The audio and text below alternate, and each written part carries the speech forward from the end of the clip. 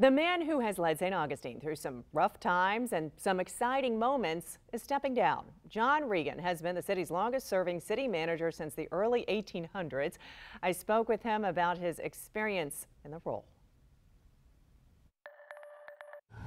It's been a ride. John Regan has been the St. Augustine City Manager for 13 years, and in this form of city government, he's the leader. It's more like being the CEO and reporting to the board.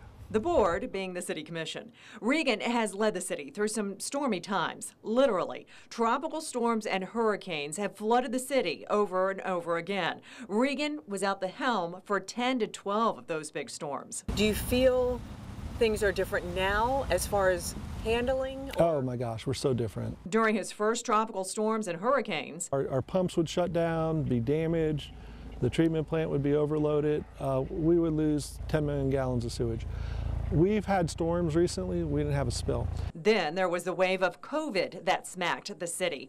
In early March 2020, Regan made a controversial decision to cancel the wildly popular Celtic Festival. He says it was a tough call to make. Well, because you knew how much money was at stake for the community and for individuals. The Celtic Festival lost $250,000. When I made the decisions, they were based on the best available science that had been presented. Later in 2020, racial tensions were high. The city commission, with Regan's leadership, chose to move the Confederate monument from downtown to a private park. Protests and demonstrations shook the city. Many of us were receiving death threats, including myself.